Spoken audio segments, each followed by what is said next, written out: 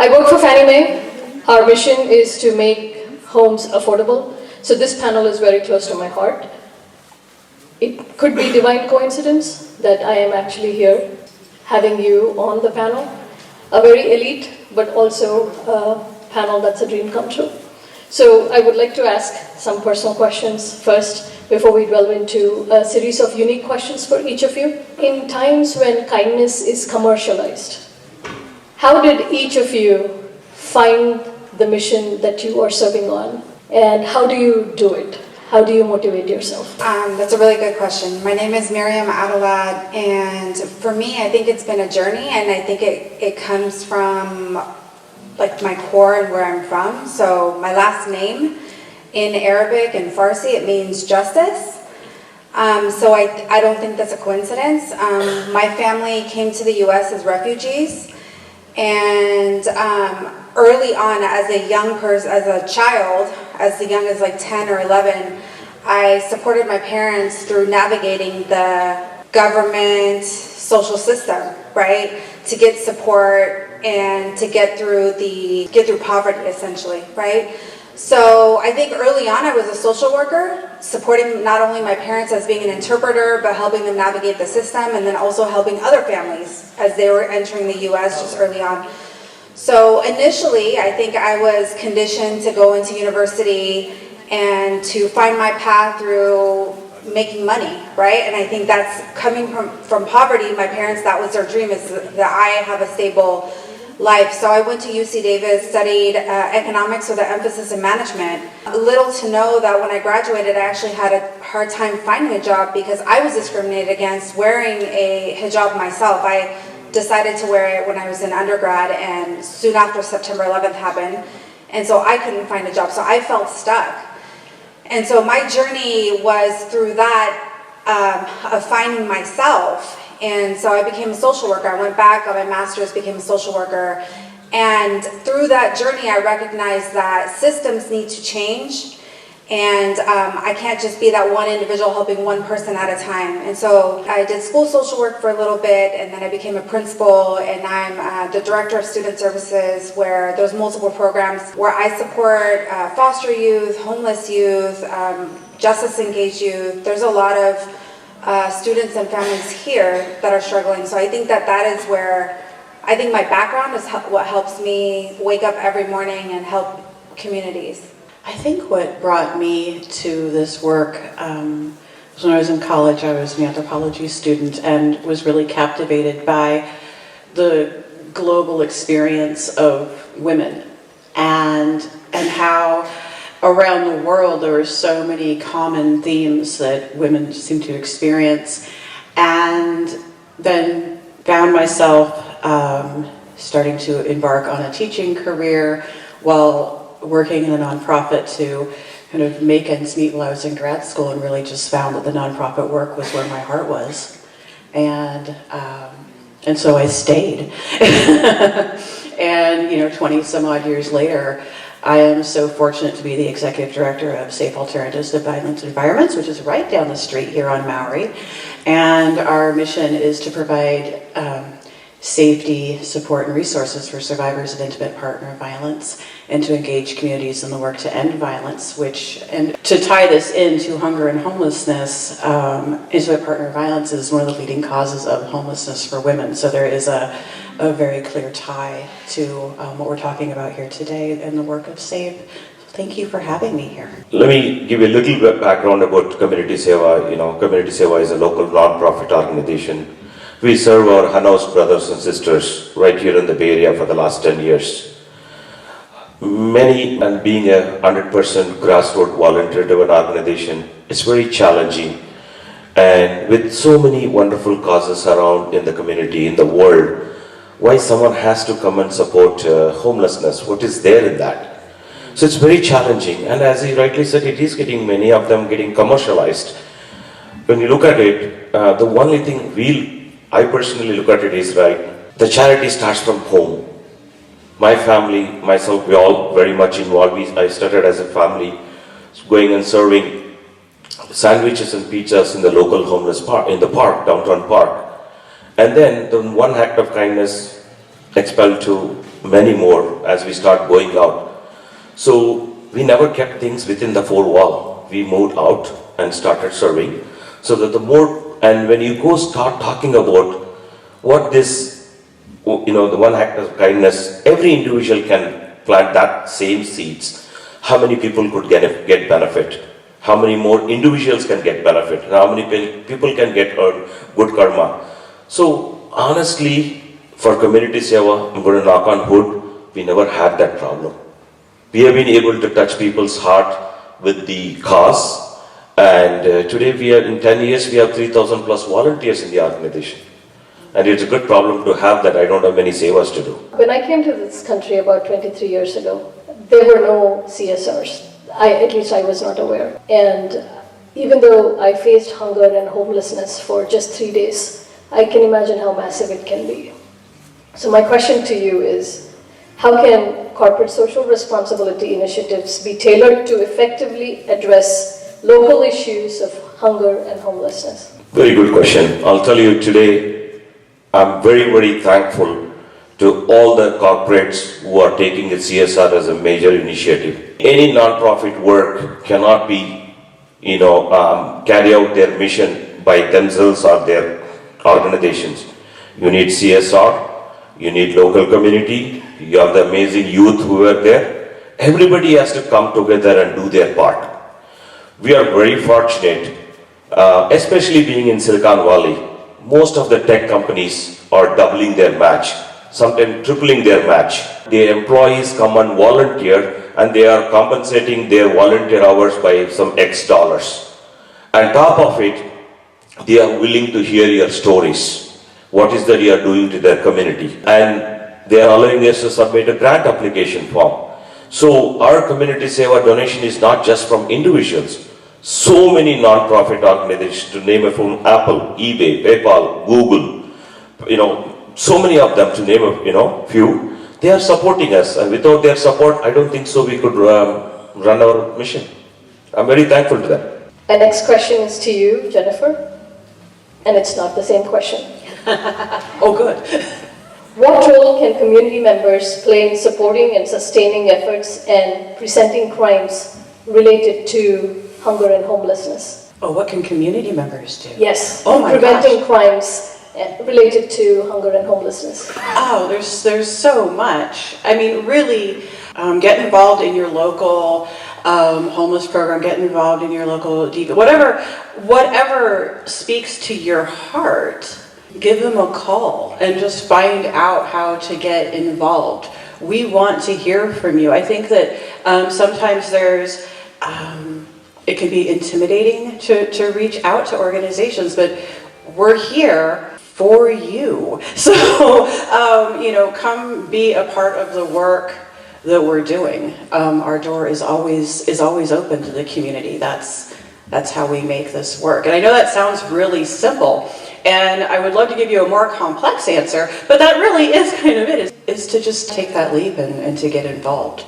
We will warmly accept you. Maryam, my next question to you is, what strategies can schools implement to educate students about hunger and homelessness and involve them in the community aid efforts? Yeah, I think there's a lot that schools can do. So I'm part of a school district myself, and we have approximately 900 students who are homeless at this time.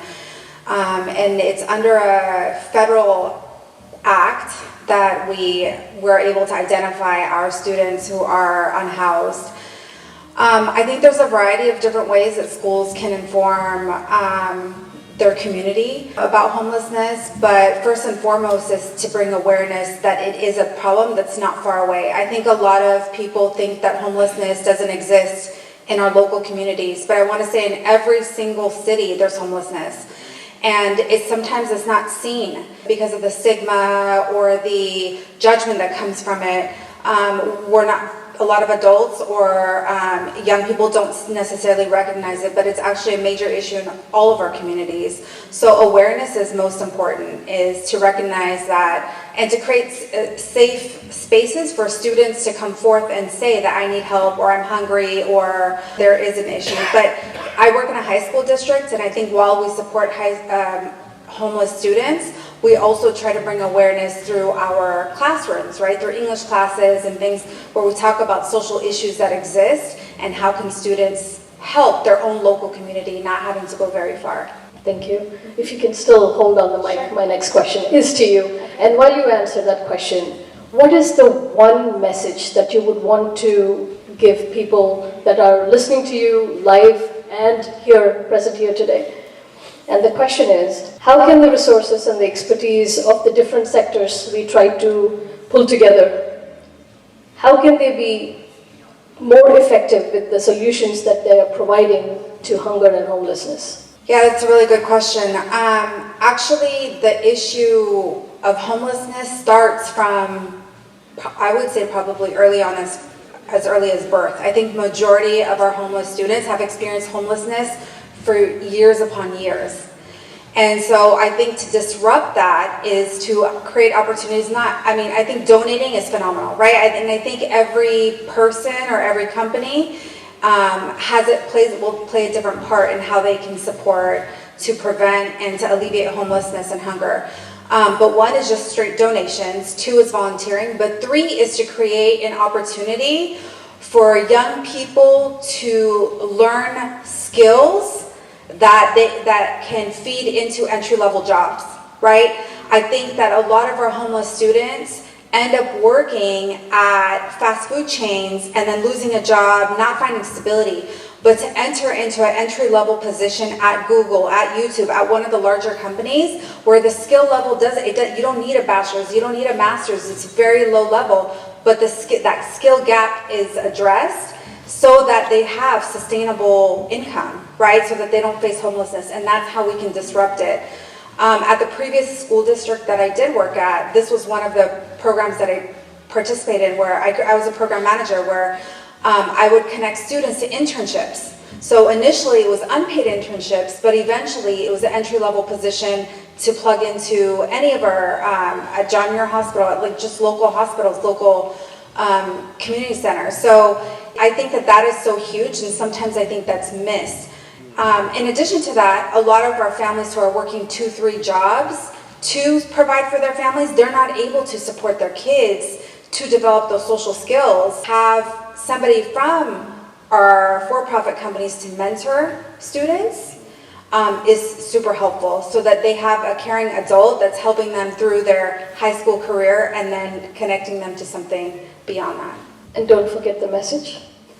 The message is contribute in any way, shape, or form that you can, because it impacts. So right now for our McKinney Venture students, we have a holiday event that's coming up, and we're trying to raise funds to give them a $75 gift card to normalize the holidays for them, right? So, and then we give them a beanie, socks, a hoodie, just warm items. So that's one way that you can contribute, and it would be very much appreciated if that's what you can provide. But there's so many ways. So the message is contribute in any way, shape, or form that you can. Thank you so much. And I hope we take the message and contribute a small fraction of what we make, and hopefully that is going to enhance the community as a whole. Jennifer, please don't forget the message. And the question is, what are the challenges in maintaining a long-term collaborative efforts in addressing hunger and homelessness? And how can they be overcome? To advocate for policy change. You know, hunger and homelessness doesn't have to be a thing. It's not an inevitable thing. We have the resources, we don't allocate them properly, and a lot of the reason we don't allocate them properly is because of policy. And so yes, donate. Oh my gosh, please donate. Please volunteer. But also recognize that we can be agents of change on a larger level to make the changes for policy to help address some of these bottlenecks, to create broader change and maybe stop some of this generational issues around homelessness and hunger. But you were asking about challenges. And I will offer up policy as being one of them. Also, there is a nonprofit starvation cycle. Nonprofits, schools are routinely underfunded, and we have really talented people, really wonderful, big-hearted people doing work with not nearly enough resources. I've worked with schools as long as I've been doing this work to connect unhoused students with resources. I mean, very often there's just, you have the will is there, and the will is there on the nonprofit side, but very often it's a struggle to get all the needs met. And so it isn't for lack of desire or collaboration. It is often just a lack of money to connect all those dots. And then I'm supposed to, a message? Yes, please. I have to go back to the give and the volunteer and advocate. I think that's the message. So the last question, please don't forget the message. In what ways can nonprofits collaborate with schools and businesses to create a unified approach to combat hunger and homelessness? Nonprofits alone cannot help the community. Any nonprofit, not it could be hunger or homelessness. And we have to collaborate and take the problem as our problem, not someone else's problem. The guy who is sleeping on the street, a pregnant woman standing in the middle of the street at 10 o'clock and due to domestic violence. That's her, it's not her problem. We have worked with women who's 9-year-old and got pregnant 3 times. Is it her problem alone? Please don't say that. Take it as our problem. We have to take it as our problem and work towards it. When we do that, we work together. At Community Seva, just to let you know, same year in East Case, we are in Evergreen Valley, I live in Evergreen. The 4th grader, they started a club called Anti-Hunger Club. They raise over $1,000 every year, and they come donate to us, and not only just donate to us. You know, the beauty of Community Seva is when you donate to us, you get to volunteer because we are local. When you get to volunteer, it's not, your job is not done. You get satisfaction, fulfillment, and most importantly, you get the gratification. You get to see where your dollar is working. You see that tax money is working on this highway street. Here you can see your money's donation is working. And the school students come and participate and volunteer. Similarly, communities. Now Thanksgiving is right here. Christmas is across. How many women and children who don't even get a Christmas gift? You know? So volunteer with us and, and see how we can make a difference in the world. My message is, homelessness, you cannot eradicate homelessness. That's for sure. Every year, the number of homelessness is increasing, every county. And the problem is rising. Every politician, every elected officials can put it in their #1 agenda that I'm going to solve homelessness problem. Absolutely not. They cannot do it by themselves. They need communities, they need school, they need all non-profits, everyone has to work together. So because you cannot eradicate homelessness, you cannot solve, we cannot fold our hands and sit quiet and watch somebody is doing it. We all have to act together. And when do we do it? Right now. The time is now. We need to act now, give back, and make a difference in someone's life, especially those people in need. That's my message. Thank you all so much. I hope we all practice what you've taught us today. It's been inspiring, thought-provoking, and very insightful. And if I link you in, please accept.